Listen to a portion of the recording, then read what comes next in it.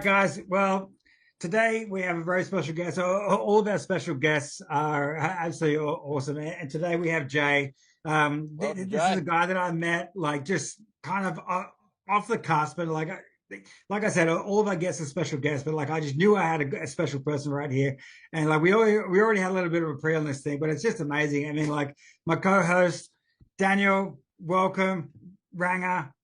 Oh my God, Jay! I mean, like, I can't believe we're going to actually have this opportunity to like introduce ourselves. So Jay, just let it take us away, Jay. Like, who are you and where you're from? All right. My name's Jay. I'm 58 years of age. I'm currently living in Department of Housing after spending 2 years living in a tent on the back of my ute with a pet snake, and my whole life has been devoted around. I started off as a Steiner and Montessori teacher. I took the biodynamic side of that, ended into horticulture, studied at Ryde, ended up teaching there for a while. I've then gone on to sort of lecture to the Department of Primary Industry in Japan. Then all my friends started dying of AIDS, so I took myself back into that world, did palliative care. Saw most of my friends out of this world during the 90s, and then came up here to Queensland, started a whole new life. Met a young man when he was 4 years old at PA Hospital who had cerebral palsy. He was having his hips, legs, and knees and ankles broken, so as they could put him in the old calipers that used to exist there. It turned out his mother was the partner of one of my ex-partners. And I ended up, that became 26 years of my life off and on, caring for Ryan, for those in his family. And and so 4 years ago now, he passed away. I was a foster parent and carer down in Bow Desert, where I'd been for the last 7 years. COVID came, and during COVID, our town managed to make it through, well, our whole scenic rim made it through the first 3 waves without so much as an infection. The only infections that were reported on turned out to be people who were just garnering sympathy. So when that information got out, we became the tree change. When I originally moved to Bow Desert, which was only 2017 that I entered the town of Bow Desert itself, the population was 6,594 people. When I left Bow Desert to become homeless, it was because the rents went from $355 per week to $530 per week. An old guideline, which was you were only allowed to rent up to 30% of your entire household income, went from being an RTA guideline to being a law, and enacted. Well, it wasn't. It was anecdotal that became law just by practice. Before you knew it, every single real estate agent out there was assessing you to apply. They'd had 200 applications for a place, and unless you qualified. So what it meant was that I had to make $1,640 per week to be able to afford the house I'd lived in for 5 years. And so from there, I went up to I was going to teach a group of neurodiverse people how to reinvigorate a permaculture farm up at Wamarang on your way to Woodford. And I'm going to say there's an incredibly fine line between neurodiverse cooperative and egomaniacal cult. So I found out that I was actually in the latter rather than the former, and ended up packing up all my stuff, putting it in storage, and living in the tent. And so I was in that for 2 years, traveling around the free camps. I'm like, look at me, I don't need to explain in more than 2 sentences pretty much a lot about myself. But I have a care factor, and that care factor doesn't really give a shit whether you like me or not, doesn't really give a shit if I like you or not. I'm still going to care. I'm still going to do shit that will provide some sort of beneficial outcome to more than just me. We live in a world now where altruism, the act of doing something for someone else and receiving no benefit from it for yourself, is impossible to achieve. We have such suspicion that goes on when you do act in that manner, that people will pick and they will cherry pick until they find something that they can focus on, because anything that seems too good to be true generally is false. So for the last 2 years, I've been traveling around the free camps that are here locally in Queensland. I've seen the way that rangers will treat people who have no home. I've seen the way that Constitution, our Australian Constitution, has been used recklessly to indicate things like a sovereign personality and what have you, when in fact it should have been used to protect the homeless under the freedom to travel or the freedom to roam act handed down by the Charter of Human Rights, you know. But people are uninformed, and so the rangers who have a thimble full of authority like to wave that around like they've got the biggest dick in the world. I'm not really into large socializing areas of people who are living outside of hard walls, simply because the amount of substance management issues that go along with that can often get you caught up in consequences that you are not a part of the problem. So I became very good at disappearing into a parkland somewhere on my own, setting up where I was visible enough so as to be protected, but not visible enough to become a problem. And and I did that for a year and a half. So, and now, after being flooded twice and having to take the dome, the actual frame out of my tent, zip it up, and stand back and watch as a river covered it, and then spent 3 days digging it back out and getting it back to not smelling like someone shat in it. And then Department of Housing turn up out of nowhere and say that they've found a home for me, a forever home. And so after being on the list since 2005, it took the council being against, the Catholic Church being against me, then calling the police 65 times to say I was running around in my underwear because Bow Desert is so backward it can't understand the idea of a man in activewear, you know? So, yeah, and so finally I was given an allocation to a place that I had an opportunity to view and say yes or no to. Otherwise, the other choice was a Spring Hill boarding house that I have known since my childhood as Drunk House. And so, I chose to come to my forever home, as it's been described. They've got this whole beautiful shtick now where they come out and they tell you, we found a forever home for you.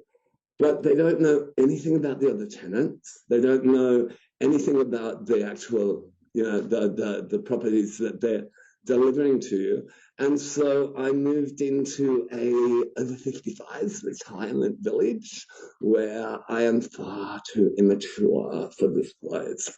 They make me feel like I'm living at home with my mum, and if I come home at 2 a.m., I'll be dragged in the door by my hair. You know, so, oh shit, I'm really sorry. ADHD, complex PTSD, 14 years of totally fine. I'm enjoying it. It's a fabulous introduction to our podcast. Explained like the last 20 years of your life, which is just like amazing so far. You know, the best part is I really want to just keep going with this because like it's such an interesting guy. You know, like I think it's awesome. Like even your style and class, it's great. It's awesome. When you start off life, like if we get into chatting, you'll find that I started off life as a victim of crime. My mother came here from New Zealand and falsified records to put me into the Australian adoption system, and then went back to New Zealand, and she covered her tracks well enough, so it's been almost impossible to find her. But she left my dad's name on the documents that I received under Freedom of Information at 50, and found out that I'm a descendant of the Maori people, that I'm what they call Tuakana. I am the eldest of my 10 brothers and sisters. And yeah, and as is my awesome way, I've managed to disenfranchise them within 3 years. And so I understand now, I'm learning about Maori culture from Maori people here in Australia who are somewhat more lenient in the fact that I know nothing. You know, I was brought up here in Australia, originally thought I was a white Welsh boy and believed it because I could sing, and then found out when my parents died that we were actually adopted. Then I thought I was Indigenous Australian until I applied for all of the freedom of information stuff. And I find out that, you know, I'm a descendant Maori, and then looked up my dad's name, and unfortunately he passed away in 2017, but he left behind a plethora of brothers and sisters. Unfortunately, a number of them have already passed away, and I'm down to 3 brothers and 1 sister left, and possibly 2 more siblings under the person we believe is my mother. Ancestry.com then. I'm not doing DNA yet. No. However, there are. I said got my your DNA. Don't do it. They've got your DNA on file then. No, we've been conspiracies in another one, and then you blow the ass out of it a lot. Don't get me started. I was brought up in a world where all of us can ask questions about our DNA. We can. You're allowed to do it. Actually, you're allowed to do it. I've given up. Like, I gave into technology. I allow my phone to listen to everything that I do and what have you.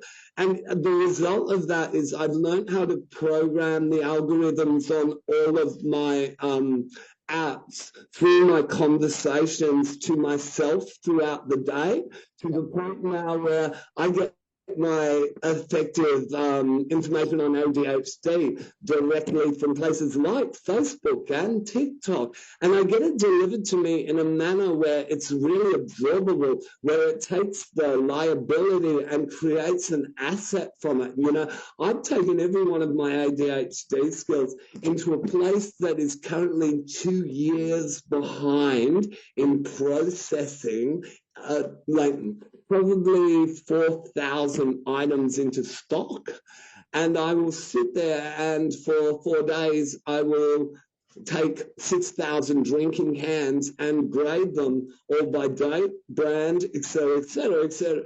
You know, and so therefore I'm seen within that business as being this incredible, you know, asset, rather than being that guy with ADHD that can't concentrate on anything, you know. So we're in this world now where we have this thing, you know, where we have these platforms where people like yourselves get to inform large amounts of community that spread out like veins all the way across, you know, countries and planets. You know, I get dripping of podcasts from across the ditch that I think are made here, and their subject content is from people that I relate to people I relate to. The LGBT community, I think LGBTQ. I missed 2 updates, so I'm still LGBTIQA+, but I believe intersex and asexual left because, well, asexuals only really like themselves. That's probably what I would kind of be called. And intersex, because they are born with both genders, don't seem to connect into the idea that it's bisexual, gay, lesbian, transgender, queer.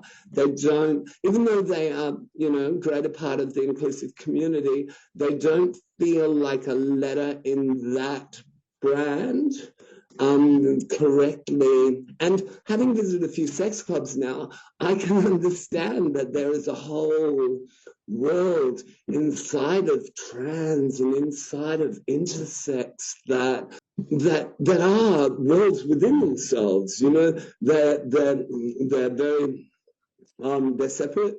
They're not divided. They're still inclusive of one another, but they can run side by side without anyone needing to offend one another, you know. I've seen women for the very first time in my life engage in their clothing and their sensuality in ways that, that men turn to porn for. They turn to strip clubs, and they turn to places where people are focused on the money they're making out of it rather than what they're actually doing with their bodies and what have you. And the new sex clubs are really into consent. Everything is about consent. And it is so intensely guarded that women feel comfortable to express their sexuality in ways that I am 100% fag. That's what the welcoming screen on my Nokia used to say, just in case people didn't get it in the first 10 seconds. But I meet these women. So, and they're engaged with themselves, they're exploring themselves, they're looking unbelievable, and they can do so simply because of the fact that they know it is safe to. Like I walk down the street at night behind a woman and I'll deliberately hop on my phone and start having the gayest possible conversation I can have, and to watch a woman's shoulders drop from that, he's getting close, oh, thank fuck he's gay. That is one of the greatest gifts that this voice has ever given me. The ability to safely appease another human being who, to any other system in this current society, would see even me as a potential rapist. Yeah. Having to accept that as a gay man, having to accept that there are people out there that are afraid, what is it for me to just have one really faggy conversation? Oh, am I allowed to use that word on here? It's my word. I accept your word. Okay, cool. You probably said about 500 words I haven't heard before, so it's going to be fine. Oh, that's it. We'll get to our destination. Like I can see it in my old foster kids are now having kids, and their kids are now having kids, and those kids are growing up in a way that they're getting to declare who they are. They're getting to, I had one of them say to me how hard it was to not have any boundaries to break, to have no place to be able to rebel or, state their independence and stuff, because mum and dad are just cool with it, like they were brought up without parents, they're just happy to be there. So, but yeah, so we are certainly living in times when we are the dying race. Once we're gone, most of that bias, the phobias, the needing to know who your kids are having sex with, I find that really kind of a bit disturbing. Why would I want to know who my children are like, why would I want to know that? I want to know if they love the person that they're with, if that person helps them to find places in themselves they've never been, you and Sarah, like you guys are symbols of where we are growing and where, and probably the best maintenance fucking dreads I've ever seen in my life, worth a trip from the Gong to the Gold Coast to actually have that threading done, so. Yeah, All right, guys, we've got question there, Jay. You said What's that? said you're adopted and you grew up in the foster system. Can you tell us a bit about the foster system in Australia? Is it a good system? I grew up, I was adopted, right? So what I believe happened was that my adopted parents were Welsh, right? They came out here, did the whole, 10-pound pom thing. Oh, yeah. And so they were told that I was a black baby.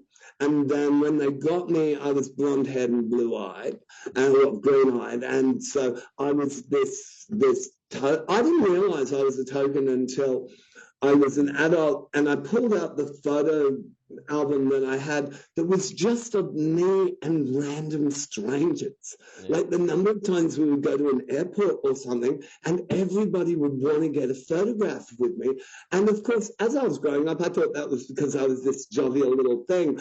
But I also discovered that I was being singled out by the cops. You know, my friends were Jews. They grew up in Vaucluse and, all of that. And so I would go and I would hang out with them and they'd be wearing labels. And I didn't even understand fashion or labels or that sort of thing. I'd be wearing something like a satin shirt and flares but I'd be with them. We'd all be walking down the street. I'd be singled out by the police. I would be searched. And so, but getting back to the subject, I wasn't ever in the foster system for long. And when I was fostered to a minister and his wife and 3 sons. And the whole time that I was there, I was being smashed by all 3 sons. And the mother was blaming me and coming in each night to pray over me while I was asleep. And so that was in a small country town outside of Orange. And I was about 13 years old. There was never a police report done or a missing persons report done on me. And because of the way that child prostitution works in this country, by the time that I was picked up and taken, I was happy to go. Like, my father was one of the most... I found out later that he was sold to a manor lord by his mother for a parcel of land to bring up chickens on. And that when you realised that I was a fairy or gay or whatever you wanted to call it, he decided that he was going to beat it out of me so that he wouldn't see me going through the things that he went through. So by the time I was 9 years old, I'd already been kicked out of the house a number of times, expected to walk around the block and come back. But on the TV back then, there was a television series called Catch Candy. And it was about 2 kids that thought they'd killed their uncle. And so they ran away from home and they ran to a cave under Taronga Park Zoo. And one of the zookeepers there helped them out and kept them alive. And I thought, I could see the city from my place in Lakemba, which is like away from the city. I think it's 22 kilometers or something like that. But I knew if I kept walking to that city, I would get to Taronga Park Zoo. I would find that zookeeper. He would help me get away from the family that I was in. My dad used to hunt me. My dad and my brother used to get in the car. I'd get half an hour's head start, and then they would come looking for me. And I wasn't smart enough when I was really young to know if I got to the railway station, I could get out. You know, I would just run around the block and hide in trees. And once I went to my doctor's home, and he hid me in the cupboard, and Dad hid him to find me. His wife ended up giving me up in the cupboard. So, this was what I escaped. To have a man offer me $150, and I was used to $2.50 in pocket money a week. This man said $150. I did not even ask what he wanted. I just hopped in the car with him. We were children. We were children, and you aged out at 14 years old. You became non-valuable at that. If you were lucky and you had structure, you went to Newcastle and you went to a little apartment above a wine bar there where they transitioned you. So you had this opportunity to stay in if you were very lucky. But you've got to remember, the age of consent then for boys was 18. The age of consent for girls for sodomy was 18. It was only for vaginal sex that girls were allowed a 16 parts. So everything that happened to me up until the age of 18 was rape, But I have charges against me for child prostitution, when my brother didn't. This is I think that's your stitch. If you want to stitch, this is a lifestyle that I don't think anyone else. Mind-blowing to listen to. Yeah, I don't think anyone else has lived such a entertaining life such as you. I mean, it's really. I was captivated there for a while. I still am, really. I mean, I know there's a lot more to your story as well. I mean, like some of those, even those scenarios that you would have been in, quite challenging. I can imagine. Like definitely. Do you know what the most challenging thing is, though? When this was going on, what sort of, did you try to block it out, or did you just No. How did you? No, I had this incredibly beautiful illusion in place that this man was my dad. This man was there to protect me. They shut down entire stores so I could go shopping, so I could pick anything I wanted, as long as I also took and wore the clothes that they chose for me. But there were stores in Double Bay, Rose Bay, Neutral Bay. One of my, if we're going to be petty, like, I know that I will never get out of redress what I want, because what I want is to see remorse in one eye of just one perpetrator in my lifetime. And I know in my soul, the only way that they can keep the illusion of minor love play in place is if they believe that there's nothing to be remorseful for, you know? You speak to young people these days who have a thing called a touch quota. You know, I didn't realize I have a touch quota. You know, we talk about body autonomy these days, your right, your choice. However, people will hurt you and then they'll ask for a hug. And they're not asking for a hug because they want to make you feel better. They're asking for a hug because they want to go away from the feeling, from the situation, feeling like they haven't hurt you. I was raped by serial predators over my whole childhood. Every single time, the two things that were common to it was the smell of alcohol and the hug at the end to make it all right. And we're living in an age now where we can make that visible. You know, female autonomy is huge, but autonomy of your physical being is denied to children. It's denied to DV people. It's denied to rape victims, because there is a social ideal, anecdote, and law, LORE, that says we hug to make up afterwards. But it's like forgiveness, you know? I am not a person who wears the rort of the damage that has been done to me.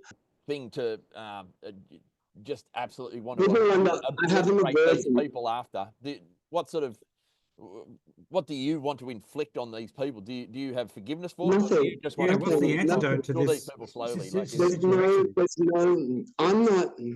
I'm Maori, right?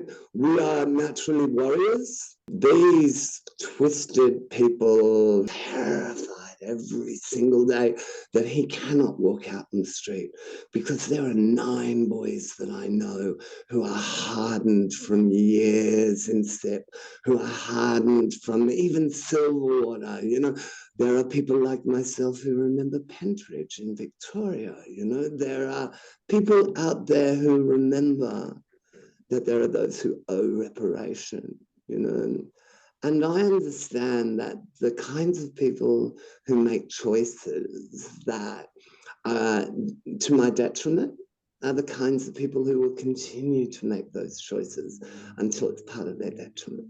And if I can urge, or I can encourage them to move down that pathway quicker, or my pettiness is having them stay in their homes, having them have all the money that they've ever wanted, to have a huge mansion, to be able to lock it down with boys in it and them not escape. You know, not every man was a predator. That's what people need to understand. There were saviors in amongst those predators, people who, if you didn't make enough during the day at the brothel, you were sent out to the street at night. You had to come back with money, or you had to come back with a good excuse. Or I never had to get that far. I never came back without money or a good excuse. Yeah, so, oh shit, I got lost. I know where I am in my subject, but where were we in the conversation? I was a little lost there for a second. I honestly love what you're saying, and your truth, and like prosperity, like transparency is what I'm trying to say. I think it's an amazing journey, and like an amazing story, and like it's like you've come out of it Pretty well, I think. You mean, like you're a guest of ours, which is great. I mean, like we're only halfway through our lives. Is what it's been. I don't think I've experienced even a quarter of what you've experienced, which I think in the first amazing. 2 minutes, I don't think most people had of this podcast. After you started talking, Jay, 2 minutes, I was thinking the exact same thing. You've had more in your life than in this last 2 minutes. I'm absolutely captivated in your story. I really am. I mean, like, you should honestly sit down and write a total book, like Jay's. I don't need to. It's already done. You have to do it. You have to do it. I mean, like, we can help you with that as well. Like, I'm more than hold. 1 moment. The first 28 years is already available through the British Film School Academy, which is about the first 28 years of my life, but it's only very lightly done. It's 11 minutes long. It was done by the Australian Film School Academy and the niece of Tommy Keneally, the writer. And so we did say at the end of it, you see, my adopted parents were still alive then, so I did an agreement with them that they wouldn't release the actual thing until after my parents had died. But they did a premiere thing at the Film School Academy, and people like Zoe Carruthers was there, and so yeah, it was that was meant to have a part 2, but there wasn't a hook for part 2 yet. I think you've got plenty of hooks in what we've just been talking about. Don't you worry. We've got a whole series ready to go for it. Yeah, well, you know what? I want to know, like, do you guys actually watch many podcasts? Are you podcast au fait, so to speak? Like, do you? Because I want to know, does anyone do a podcast where they do the multiple characters of themselves? No, but we can. We're happy to do so. We can organise. I would love. We're opening our minds to all these other avenues. You know, I'll just jot that idea down. Don't worry, I've got some ideas already. Well, that's the thing. The documentary is called Alias. If you put in my whole name and then Alias after it into Google, it will bring up the IMDb thing for it and give you a little bit of a synopsis about it. But the most interesting thing about that documentary is the last question. And that's where I was asked whether I am truly a well-balanced prostitute or whether that was just a performance. And yeah, well, I was going to ask you that as well. But at the same time, like, you seem so thorough in what you're saying. It's like, you know, I mean, like, well, this is the thing about it, is the fact that I said to them at the time, I can't actually tell you whether it is a performance or not, but if it is a performance, I'll keep going until it is real. You know, like, and that's the thing. I'm still at that place where my performance is just getting better. You know, like, I understand the dynamics of individual audiences now, even when it's one person. You know, I respect people for the fact that, like, I have neighbors who were brought up in a time where everything about me was illegal, being gay, being black, smoking cannabis, you know, all of those things have now been rationalized and legalized. And there's nothing I enjoy more than rubbing it in with, see, I was never wrong. Yeah, and so, you know, one of the kind of mantles, I guess, for having had the life that I've had is the fact that I get to advocate for people in front of the Administrative Appeals Tribunal. I get to advocate for people with the police. I've got a really good record for getting people to hand themselves in non-violently with the police, even between Indigenous cultures and white cops, you know, that in a regional area is not something that a really, really, really gay guy would you know, be found doing. But yeah, I found that the people that I honor myself by serving are those of least privilege and greatest challenge. And I do it for the act of service, you know, like, I've been celibate for 16 years, apart from one random twist in a car park a few months ago. But You guys are lucky. You're straight. You get to go on a date and then maybe have sex. I'm gay. We get to have sex and maybe go on a date. You know, relationship status 0. So my body went to sleep and thought it wasn't going to rise again until love's first kiss. But then I killed that fucking Disney princess and went back to random sex. Been great ever since. However, in saying that, we are now in this age of like inclusiveness, this age where I've got mates who are being pegged. I mean, honestly, and we're talking about, we're having open conversations about them being pegged and it not being a gay thing, you know? I have friends who are going on gaycations where they're straight, married for 40 years or something like that, but they go on these cruises just to try out being gay. You know, what a world are we living in? I've actually heard of this happening. I have heard of this. People do it. I mean, like, I've been on a few cruises before, and like it was simply like you would sit down at the bar, and like I was talking to this one guy once, you know, interesting character, and I was just like, oh yeah, I'm just going from Dover to England. Sorry, Dover to Amsterdam, and I was like, oh, so what are you doing? And he's just like, I'm here to cheat. This is what I'm here to do. I am here to cheat because my wife totally sucks. And this is why I'm going on a cruise, because I can afford it. And this is what I'm going to do. I'm just going to go on a cruise, pick up whatever I can get, and I'm just going to go home. And he was totally open with it. And I was just like, this guy's got the freaking, this guy is rock and roll in itself right here. I mean, like, this guy's like, he's a totally wrong thing to do. But like, if he's unhappy in his relationship at the time, and that was his sole objective, maybe had a bit of money and stuff like that. And like that was his idea of a holiday. It's like, I'm gonna go on a cruise ship and just totally take advantage of whatever I can possibly do. But like, it was totally rad. I mean, like, not rad, totally wrong, but it was just like, I actually met this guy at the bar, you know, like, I was just like, okay, well, that's your own cruise. I'm on a different ship at the moment, but hey, I'm on a different path right here. Oh, dude. It was awesome. Like, I've met quite a few people like that sort of had the same text as well. Like, I've traveled a lot with writing and like all over Australia, all over the world sort of thing.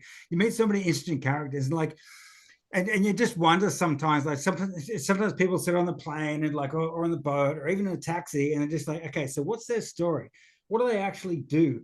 Like we're actually going sort of thing. Like they're so in tight and like kind of reclusive in a way, but it's just like, okay, what is your pathway right now? And you want to find out. You really do. Sometimes we do, sometimes you don't, sort of thing. But yeah, I mean, it's always an adventure, you know. Yeah, always. Yeah, well, this one, I currently now, as I was saying, volunteer for a non-profit, and like, is those interactions of, you know, when a lot of the time when you go from homelessness back into a place that will be forever home, it's really easy to put down the causes that you had. You know, so being here, it's like that altruism thing I was talking about. It's really difficult to be able to achieve in this local area. So I started to volunteer locally, just simply to be able to. We've got all these programs now, like Second Bite and Second Harvest, that pick up from the supermarkets like Aldi and Coles, and they directly supply people like this non-profit, which delivers that food directly to people who are in need. You know, so we're now coming into a time where we're learning that, you know, charities are failing left, right, and center. The number of charities that I could tell you about who didn't reach compliance, like. The charity that ruined my world was called Beyond Barriers Restoring Lives, right? But they're now deregistered because they actually destroyed more lives than they repaired. So they have there's really important things. If you're homeless, the last thing you need is a charity pushing donations on you that aren't fit for purpose. So like the number of times I was donated, it was put on you in such a way that if you said no, you immediately became that that ungrateful homeless person. And so you would find yourself with a trailer full of half-baked tents and bits and pieces that you couldn't throw away because they'd been donated to you. Or you'd get the proselytizers that would come along, like the charities, the groups of faith who have decided to come and try and talk to you about, like they came up to me and said, has Jesus revealed himself to you? I said, no, he was the only one who didn't reveal himself to me, you think these works weren't noticed by the Catholic Church, Do you think some of those organisations were there to take advantage of you as well? Well, when you prey upon, what happens is the proselytizing process begins with them engaging you, asking you to go along to their evangelical group, where they put you in the middle of a circle and they pray bless you. And then what happens is you get a rain of donations from the actual church congregation itself that makes it look like God has completely changed your existence. Yeah. Then they will offer you, I was offered the chance to have a trailer, right? I had a Hilux with a 7-foot tray on the back. That's a long tray. So I needed a long neck trailer. And, I had actually gone to the trouble of, I was going to have one commercially built and, do that hire purchase program where you pay it off over time, set up with a coffee machine, waffle irons, go around the free camps, feed people. That was my original dream. Then I found out nobody really eats. Nobody really drinks water. However, the bottles that come out empty are all top shelf. I understand that, for me personally, it cost me nearly $600 a month in medications. Cost me nearly $200 a month to have the supplement program that goes along with these medications so that I can be upright. And when I started homelessness, I had a walker, I got one of those pop-up single-man tent things to put on the back of the ute because it was the only thing that I could use my walker and walk around the ute and actually put up in 6 minutes on my own. Then the walker became my steps to get up into it, 13 years ago, I was in bed for 15 hours a day, unable to move because of the spinal problem that was developing in there from a lack of proper nutrients as a child. Eating dog food is not really a substantial diet for a child. And then when I broke out there, I had to fight with fucking seagulls in a park over a bag of bread rolls. That was the moment that I decided that nothing would ever go to waste again. Nothing in my world would go to waste. Anything that I could effectively find endpoints for that actually benefited humanity was what I wanted to. I didn't ever want to see a kid having to break into cars in Melbourne to be able to get warm enough to sleep, that was part of my existence, I got done for breaking into cars and sent to a girl's home. That's another story about me and trans. So, but... Don't tell me you were dressed as a girl of the day. You had your hair out, and all of a sudden it was just like you must be a chick, So then you're going to the girls' school, right? I was. I think that's what happened. When I explained to you about how they sent you to Newcastle and transitioned you, well, after I went back to work at Diamond Lil's, I ended up having a fight, like a fist fight with the biggest drag queen in the building and had to leave town. So I went to Victoria after that and lived down there for a while and then ended up homeless as you do, and I didn't want to do street working anymore, so I was just breaking into cars at night to find somewhere to sleep. The cops found me, they got me, they charged me, they put me into a cell. Nobody actually strip searched me. And so they put me in a cell. The next thing I know, I'm being shipped out to Winlayton in Nunawading in Victoria, a girls' home, right? So I get there and still nobody's strip searching me at all. So I go in, I've been there for a week, all right? And I'm in the shower and you keep it, I can make it look like a vagina. My fucking scrotal origami is on point. However, I sat on cars and made guys believe I was fingering myself, honestly. We've all done it, you know. The old man Gina. Absolutely. But wait. So I'm in the shower, and I'm doing this 5 second, you got to drop it out, wash it, and fold the way again before anyone sees, because there's no fucking shower curtain, right? We're talking about girls who are, 13 to 18 or that sort of thing. And we're talking about bitches who cut too, and then I'm in the shower and one of the house mothers comes walking down the aisle. I didn't have time to put it back. She's come to the store, she's looked at me, she's going, and she's fallen over on her ass and can't get up. So other house mothers have come in, they've realised that I've got junk. And then the next thing I know, they don't transfer me or anything like that. They put me in with a psychiatrist to have me rushed through to Queen Victoria Hospital for gender reassignment. How is that? Yeah, that's the smash one out thing. But yeah, so I was a junior girl in Winlayton Girls' Home, and Mike Willesee was on the phone, and there was everybody. It was on the papers as man 18 in girls' jail. So it was just crazy times. But I went into St. Vincent's Hospital to have the operation done, and they pre-medded me. And as I was going out, I said to the anesthesiologist, I don't know if this is what I want to do. And then I went out, and then I woke up in recovery. I was groggy as fuck, and I was tented. And if you ever seen when a woman's had a baby or something, they tent you with a green thing and your legs are up in stirrups and you're all, so I'm going, and I can't move because they gave me an epidural. And so I'm there and I'm asking this woman in orange tennis shoes, can you check to see if I still have a penis, please? And she's gone around the tent. She's dumped down. She's come up and gone, oh. Pissed herself laughing and walked away. Oh, it was gold. Oh, yeah. Really covered a lot of topics here, and I'm loving it. I just can't stop even listening to what you have to say. I mean, it's just amazing. Yeah. Your story is just like pretty much out of this world, to be honest. But I've got crazy stories. Amber's got crazy stories, but I think there's pretty much you're up there. You're definitely up there, that's for sure.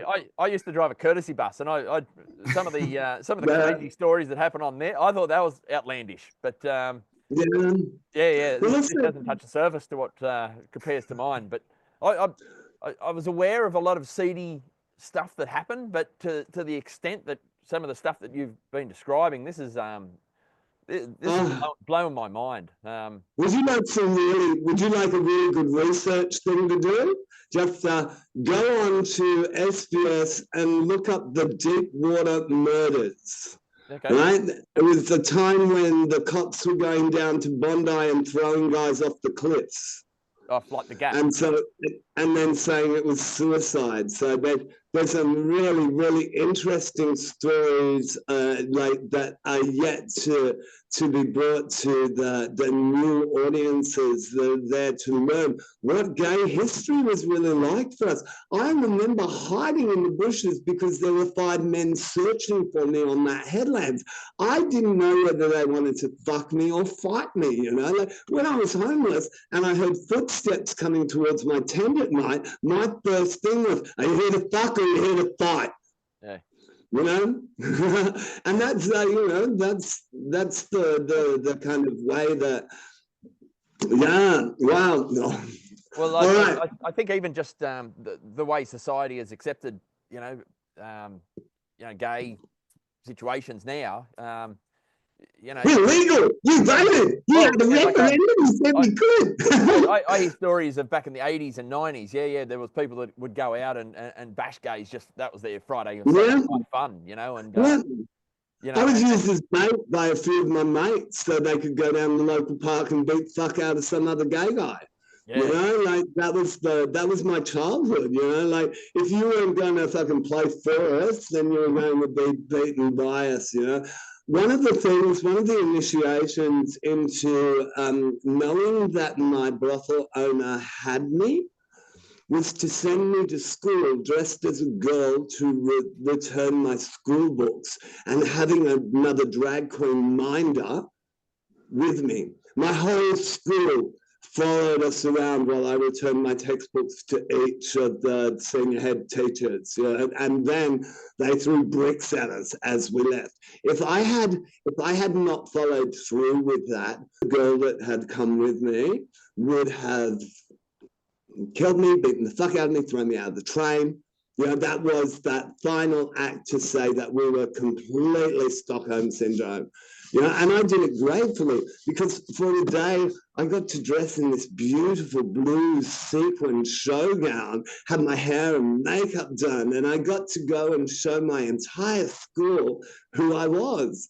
And there were teachers at school who said to me, yeah, that's right for you. You know, yeah, you're on the track, you know, like things. And my PE teacher, someone who hated me during class because I was just reckless. However, he turned around and like, he was like, yeah, you know, like, whoa. So I've got my 40th school reunion coming up. And I'm going as a girl, and then halfway through the night, I'm going to transition in front of everyone into a guy. Yeah.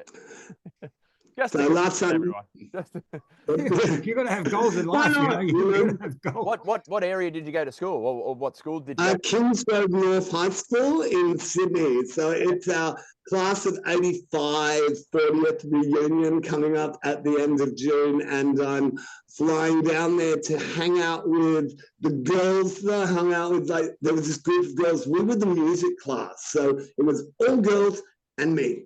And the steps outside the music room were the girls' steps. You know, nobody else really got to sit there. The concert pianist, the violinist, the pianist, everyone was sat on those stairs. So it was kind of like respite. You know, if I was at the girls' steps, nobody really bullied me or really talked to me. And, you know, the bullying would stop the moment I punched fuck out of one. You know, it stopped there. I went through that whole thing of being called gay until I said I was, and then being told I wasn't. Yeah. You know, so we're in a time now where, like, before I knew I wasn't Australian Indigenous, there are people in this world that their whole lives have been governed by referendums in this country. You know, in 1967, the referendum to take Indigenous people off the Property Act and give them citizenship in their own country. You know, in 2017, it was marriage equality, you know, like, and then in 2023, we had the referendum for a voice to Parliament, you know, and we won. We got the no vote. I'm sorry, I've got to stop saying we, but I engaged with some of the people who made me feel so much a part of their family, a part of their town, a part of their experience, that I can't help but feel I represent still as a we rather than as a they. You know, yeah. So I am not Australian Indigenous. However, my love of this country and their people extends back. We'll find out later on down the track that our Maori people use the trade winds from the North Island to the Brisbane River to come here, and that's why the Brisbane River people are called the Waka Waka, which is the Tario word. Tario means the language. The Tario word meaning big canoe. It was the canoes that the first people arrived on to New Zealand. So, we in this country, 2023, the referendum was for a voice to Parliament. If there had been an Indigenous voice to Parliament, parliamentary sovereignty would have come over the top of First Nations sovereignty. That could not happen before treaty. When treaty happens, a voice that will sit in Parliament will represent 254 different tribes and language groups. That cannot be done by one voice. It can't be done by 100 voices. There has to be a parliament of all First Nations people. In New Zealand, we don't get all the updates, but we've got young parliamentarians over there who are tearing up the English treaty, and they want to wind the clock back 50 years in regards to recognition, because they want to strip the land of what is available there. And the thing was, who gives a treaty in two languages, one in English, one in Te Reo? The Te Reo one was accepted by the Maori people, but the English version, which is basically a colonial document, gives a totally different thing, So we're now in the state where I've done so much in Australia with Indigenous people, where I'd had the opportunity to learn the difference between corporation and incorporation and how it affects sovereignty and all of that sort of thing.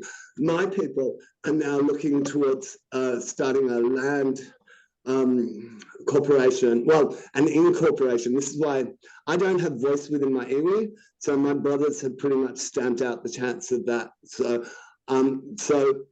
they need to know to go corporation, to become a profit element, to become part of the corporate machine in order to keep their voice. And if there is any Maori on that listen to you, and you have iwi and Haraki Collective, or Ngāti Maru, I am a product of nature, not nurture. I have had no Maori teaching or culture in my life for my whole life. One of my deepest, something they will never, ever reparate me for, is a loss of an entire family, a loss of 8 brothers and sisters, a loss of all of those nieces and nephews. And in my people, we give our children to our elders to bring up, to kin. In this country, recognition is now having young Indigenous children put with Indigenous people, so as they get the chance to live, to experience. I've had half a dozen lessons in Te Reo, and I understand now why our language was made illegal. Here in Australia, I was lucky enough to learn more from elders, but I wasn't allowed to teach it. But I didn't understand that it was actually illegal for me to teach a child how to make a spear, but now we've come into this place where we have recognition, when Kokorero Te Reo Maori, where I can speak Te Reo, where I can say Jingeri, Bagabadara, Banyanyagu, which is Yugambear. That's the language of the country that I live on. One of my greatest bugbears is people who live on a country and don't learn the basic expressions of the language. That you go to France, you learn bonjour. You go to Italy, you learn buongiorno. You go to salamat pagi, apakaba, ohayo gozaimasu, o genki desu ka, ni hao, shalom. If you don't. So I had a thing when I was a kid that I was going to learn every language on the earth and learn how to say hello, how are you? And I got right the way through the Romantics into Asia. And then I came to good old New Guinea. Found out I had 814 different distinct languages, not dialects, but languages to learn. So I gave up on that idea and I took up linguistics instead and learned about the modeling of language. I don't blame you giving up that one. That's for sure. So no.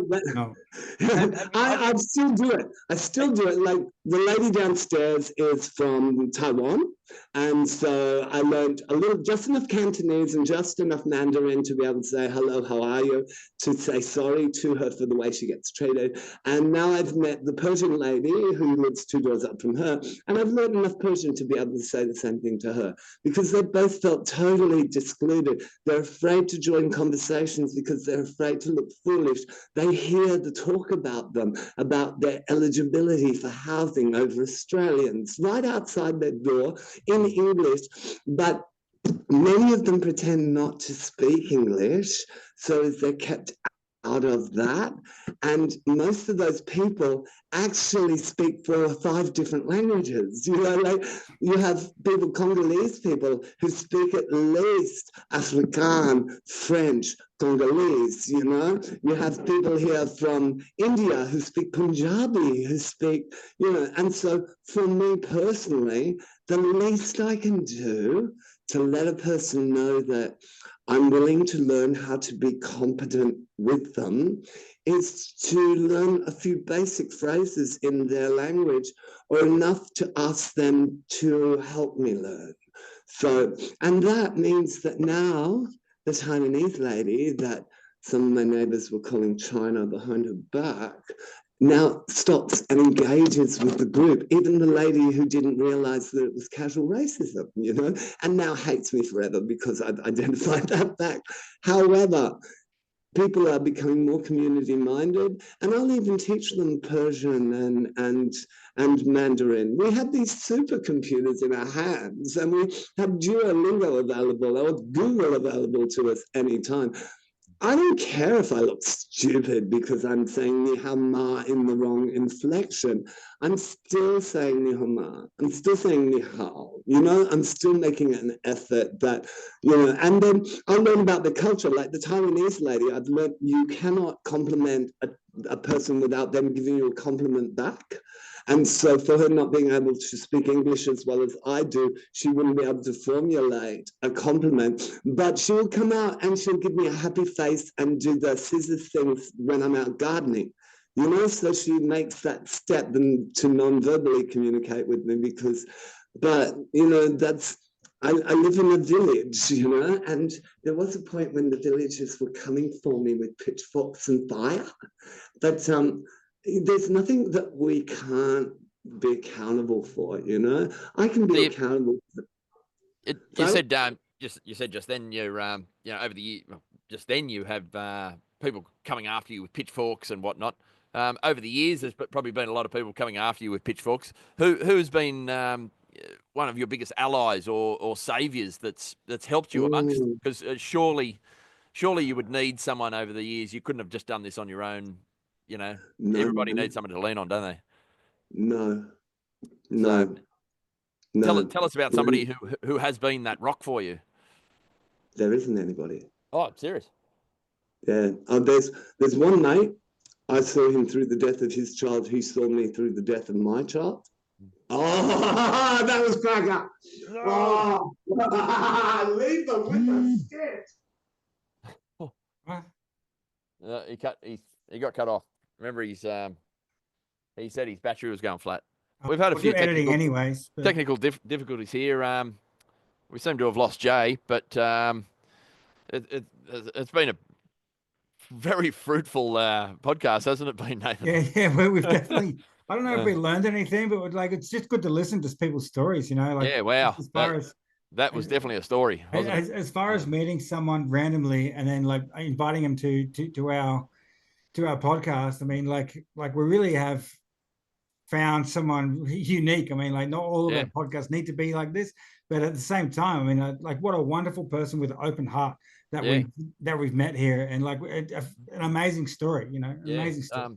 Just to see the positivity in what he's been through, well, to someone to still have positivity amongst his experience. He can walk on water, this bloke. That's unbelievable. You know? Unbelievable. Yeah, I could have listened to his stories for a long time, like for way longer than this. Even if we consider doing a part 2 about this, we may need some structure in the future podcast if we do so. Jay, I'm talking to you. Well, I don't think we need structure. I just think we need to learn more as well. You know, we do. Yeah, but we're always learning at the same time. But you know. Yeah, but just to hear some of the seedy dealings of people in I was going to say the underworld, but I think just in the world, in society. Just in society, there's some cretins out there, really, isn't there? Yeah, some people out there, I mean, like they don't realize what they're doing to other people and how it affects other people. And, you know, we have, you know, different scenarios every single day, but then like your actions basically in turn what actually happens, so like every action has an equal and opposite reaction, totally. as what they say.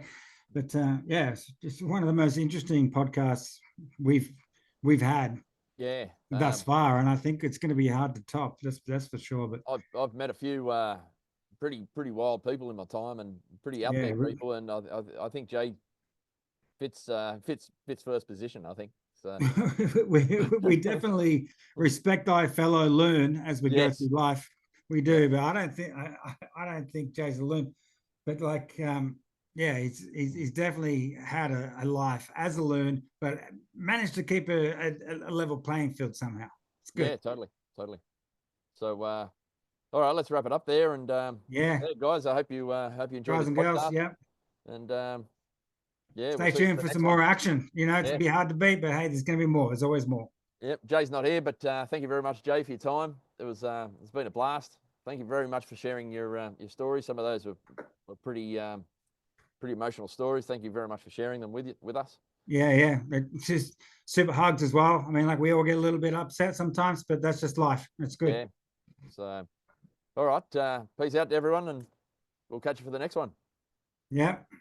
All right. Laters. Turtles. Cheers.